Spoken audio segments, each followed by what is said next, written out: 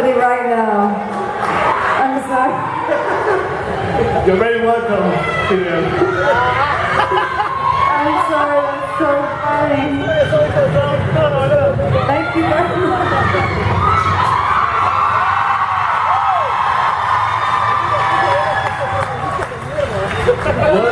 Welcome to our country. Your first time in Argentina? Yeah. And how do you feel? Yeah. Thank you for having me. It's a pleasure to be here. We're very happy. Thank you. We're very happy. I'm very happy. And first time, I want to talk about your decision to be an actress. And the first question is, what made you decide to become an actress? Oh, I actually don't know. I've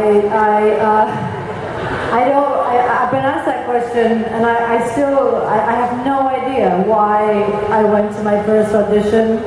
I had no idea what made me think that I might want to be an actress. I don't. I had a very early rejection, or what I had perceived as a rejection, and at a young age in an audition, and gave up. My first audition, I gave up. But then a couple years later, I went back and I took some acting classes, but I don't know.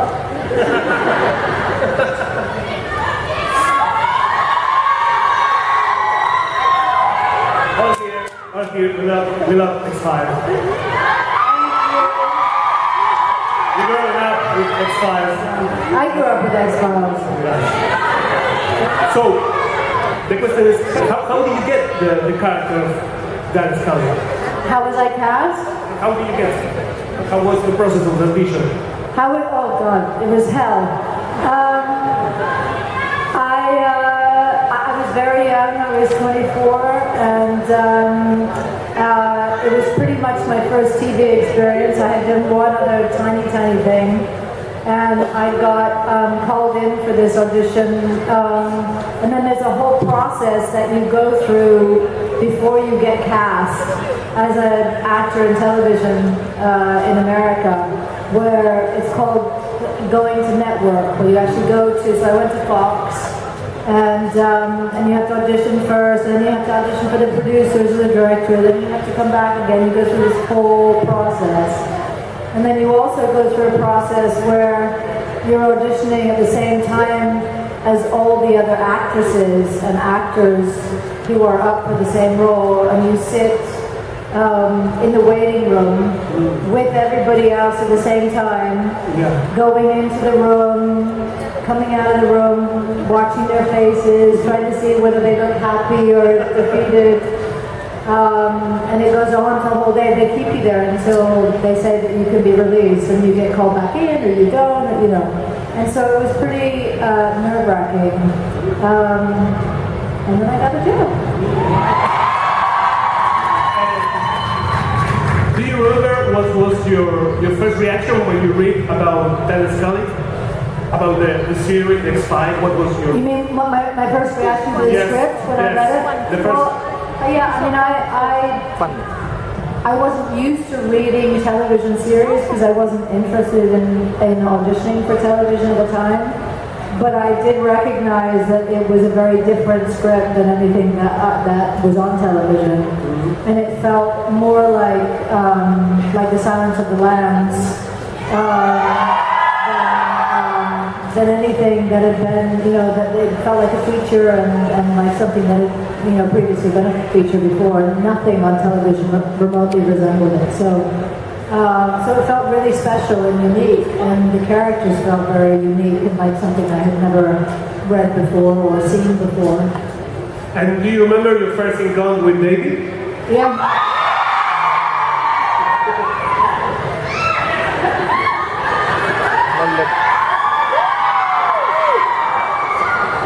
Yes, I do. It was in a hallway. And when we were auditioning for the series. Yeah, it was the anteroom. Yeah, it was pretty moist in there. We were sat in a hallway, and at some point he asked if I wanted to run lines. It's a good pickup line. But so yeah, we went.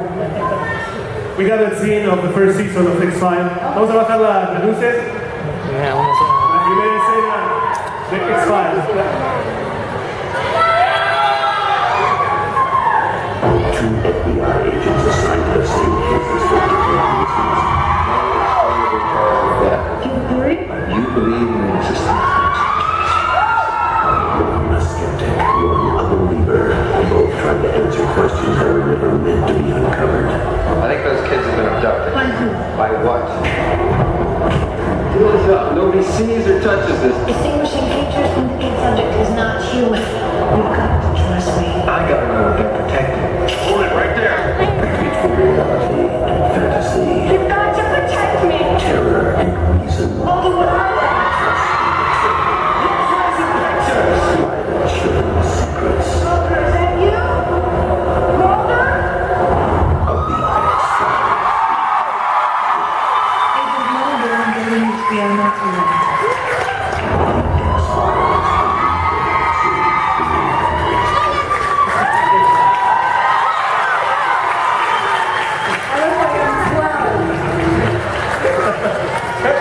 How was it working with the creator of this series, this character? It was great. He was a great champion of mine from the very beginning. It was because of him that I got the role. The network didn't want to cast me, so I felt very supported by and encouraged by him from the beginning. And you know, the series existed because of him, his idea, his brain, his obsession, his perfectionism, and you know, he was really the one who kind of kept it going at the height of its success, you know, for as long as it went, because of how involved he was in every last detail of it. When I saw the series for the first time, I think I remember an old series called Contact, The Night Stalker with Gary McGavin. What was your yes. What was your inspiration for creating Santa's comic? Nothing.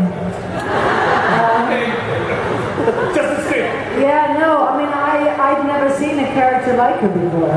You know, I mean, the only thing was, I guess, you know, in retrospect, when I would do interviews, people would say she's very much like Jodie Foster in Silence of the Lambs.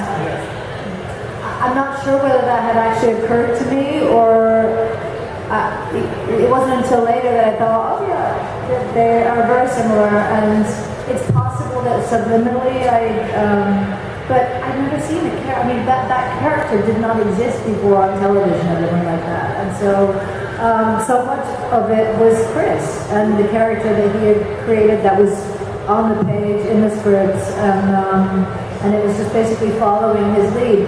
I, very early on, from having only pretty much done theater and being used to the process of exploring characters over periods of time when you're in the rehearsal process, I think in like the second or third episode, I was holding a gun on a monster and started crying. And he was like, "What are you doing? Scully doesn't cry." And I was just trying to shake things up and do things differently. And, you know, I was just trying to add stuff, you know, but... And he was right. That, you know, that made sense, you know. We have other scene. Tenemos una escena. Vamos a ponerla. Okay.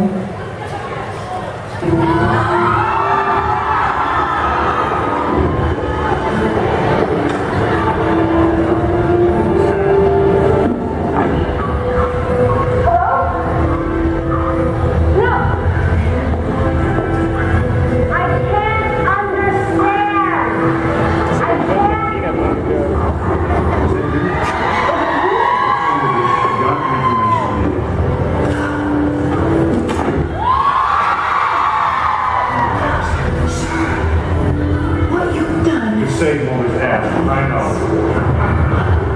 If you ever ask me to break policy or protocol, I will have you written up, wrapped up, and tossed out of the FBI for good. Am I understood, Agent Scully?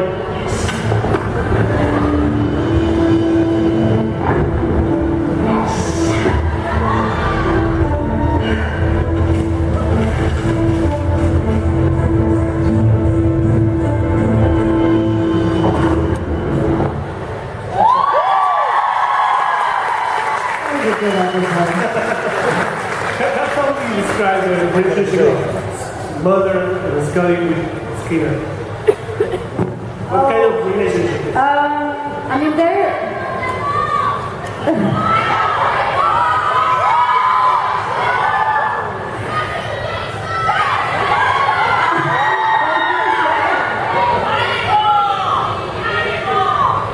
Hannibal. Stop talking about the X-Files. Okay. It's the last question. Okay.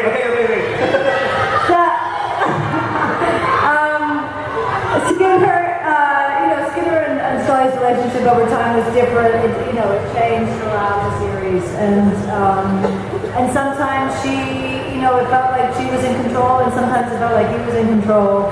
And I think for a long time she had a great deal of respect for him. But that's all I have to say. Okay.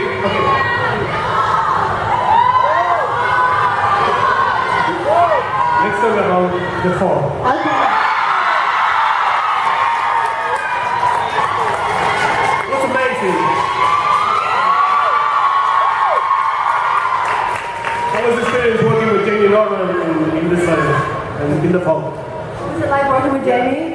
That's not the question I want you to ask. But I'll answer it.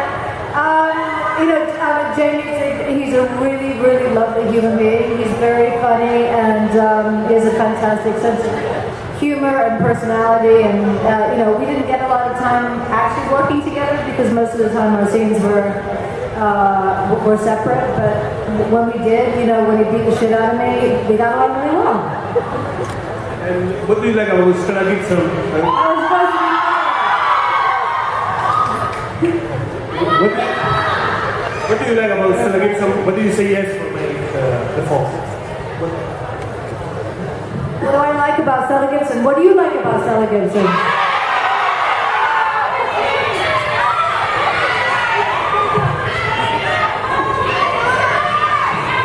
Why do you say yes for me? No, I mean she is one of the most she's one of the favorite characters I've ever played. She's one of the most intense, enigmatic, interesting, complex, kick-ass women that I've had a chance to play. And she's, I haven't really seen a character like her again represented. I feel like she taught me a lot. I know when I read the script, I knew that there was no way that I wasn't going to play her. I felt like I understood her immediately, and that she was already inside me. I feel like she was good for. I remember saying this when we first started doing press, before the press or the public had seen the series. And I said, I know you're not going to know what I mean yet, but just trust me, I feel like it's really important that she's out there in the world for women. It's really important that this character is out there in the consciousness of, and so I think we know what that means now. What do you have in mind when you choose a character, a movie, a series? What is important for you? Well, the first thing is whether or not I feel like I've done it before, because that's the first thing that would make me not even consider something as if it's too similar to something I've done before. Obviously, who the director is, or whether I feel like I'm interested in the vision of the piece and the material itself, the script. But in terms of the actual character itself, there's been films where the script has been pretty good and interesting director, but I haven't connected with the character on the page at all. Whether it's because it just wasn't meant for me, or whether it wasn't fully fleshed out enough or interesting enough to spend that kind of time away from family. Something needs to be special in my mind, special enough to have to go away and be apart from my family in order to do it. So yeah, but material mostly, I think. The script needs to be good. Yeah. About Hannibal.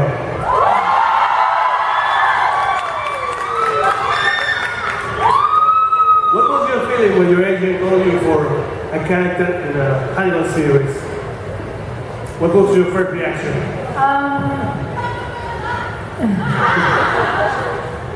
I think my first reaction was I wasn't interested in doing more television. I was put on the phone with Brian Fuller,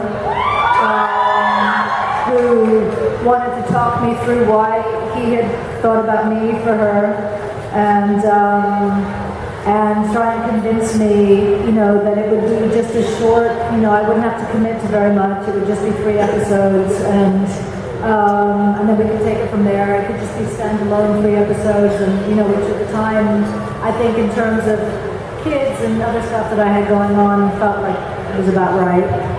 But then, I think the minute I got there, and I sat in her chair, and I sat across from Maz,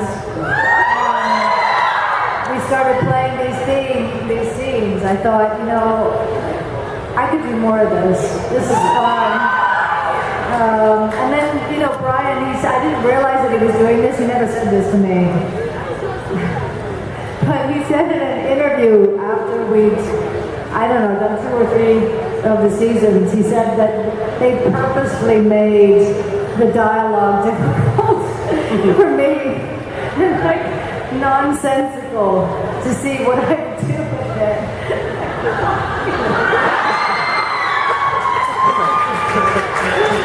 Crazy. Thanks. And Matt looked very scary in Hannibal. Even for you, he's scary? Yeah. Well, you know?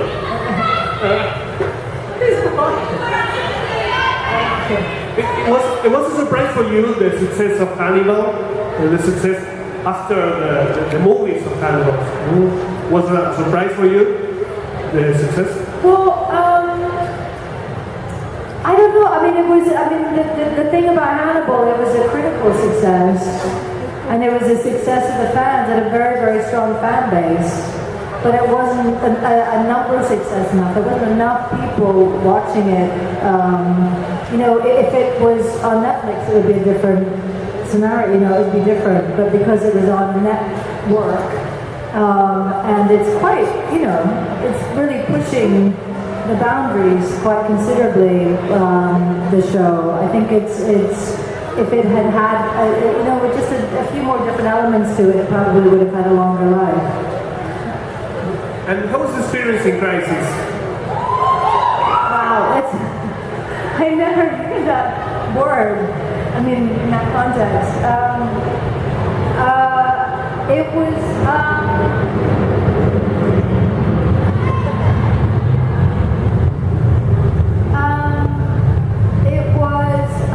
It was odd.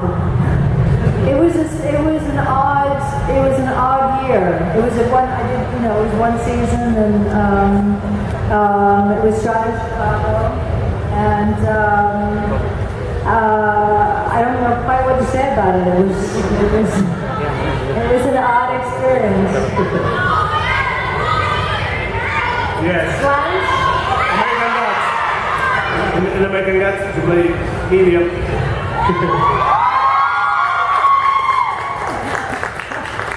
You're not in control. And you play Marilyn, Julie Garland, David Bowie, Lucille Ball. What is the most complicated part to make this kind of character icons, the movies, icons of the pop culture? I think the most complicated part is that so much of it was done just in my own head because I live in London, they shoot in Toronto. I prepare everything just in my own room or office or wherever and then show up the day of filming to get into wardrobe and costume and makeup and then just do it in front of the camera. And I think, you know, in normal circumstances or different circumstances, there would be rehearsal, there would be more discussion, there would be more direction, there would be more, but there just wasn't, we weren't able to do that. And so it was, so then I guess the complicated element is, what if you show up and you are really terrible? What if you show up and you've got it so wrong that they need you to be doing it differently? And so I think that's the biggest challenge, is just trusting that the work that I'm doing and show up to do is going to be what they want me to be doing, you know? You have a lot of experience in TV series. For you as an actor, is difficult or it's more easy playing the same character in different seasons? It's more complicated playing the same character? Well, there are some complications. I mean, playing the same character for so many years and keeping it new and interesting and fresh and not getting bored or tired of it or feeling like you've lost the spine or the motivation of the character, that has its own challenge. And also the desire to do other things as you go on gets stronger and stronger, and you can feel more and more resentful for being stuck in something. So that's also part of what you have to, the work that you need to do is to stay patient and grateful, and so that's the one side of it, and then the other side of it is doing other characters. You know, every single set is a different experience. And some sets are very welcoming and easy to work in, and you feel supported as an actor. And some sets you very much feel like you're completely on your own, and you're just kind of flying by the seat of your pants. So it's always different. The two last questions. The first one is: do you think it's possible a new season of X-Files without Scully?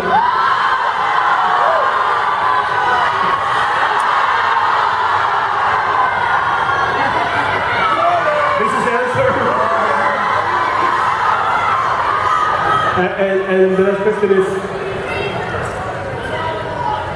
after many years in X-Files, do you believe in the life on other planets? I'm going to talk about Streetcar, since that's the last question. What do you want to know?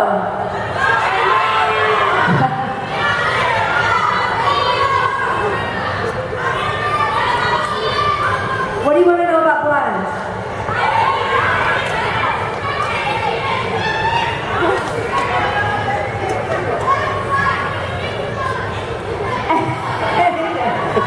Did some of you get to see Streetcar?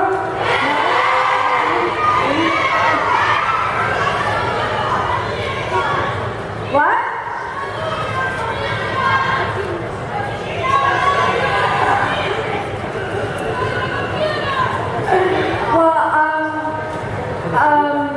So I wanted to do Streetcar Named Desire since I was 16 years old, and so when we eventually did it 30 years later, it was definitely, it was a dream come true that I've been working for a short time, 10 years at least, to try and make it happen. And so in the end, I felt like everything about the production that we put on was the best version of what I could have ever hoped for it to be, between the theater that we did it in, The Young Vic, and getting to work with Benedict Andrews, and Vanessa Kirby, who you guys probably know, who played Stella, and Ben Foster, and just the whole cast. It was probably the single most extraordinary experience of my life, both doing it in London and doing it in New York, and it really, really, more than anything else that I've done in my life, probably felt like a dream come true. And so, and also having the opportunity to play her, and I didn't even realize until we started working on it how much of a genius Tennessee Williams is. And so, even though I was desperate to do it, I didn't realize how fortunate I was to have an opportunity to play that character and to work on one of those plays. So, I love you too. Yeah, okay, so do you guys know that I'm going to auction this shirt? Okay. Are you interested in bidding for it?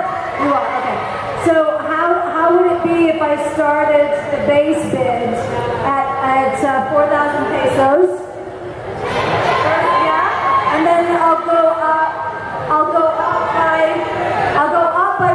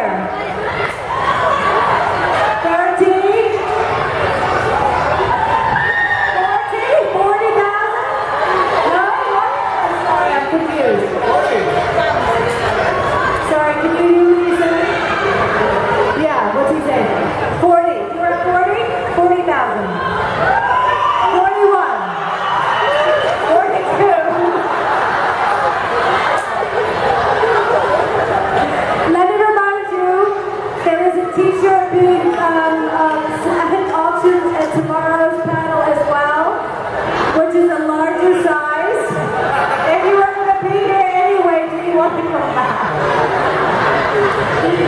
right now we're at 42. 43?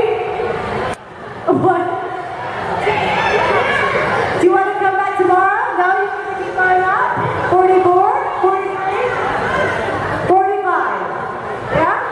45,000? 46,000? 47? 50? 50,000? 50,000?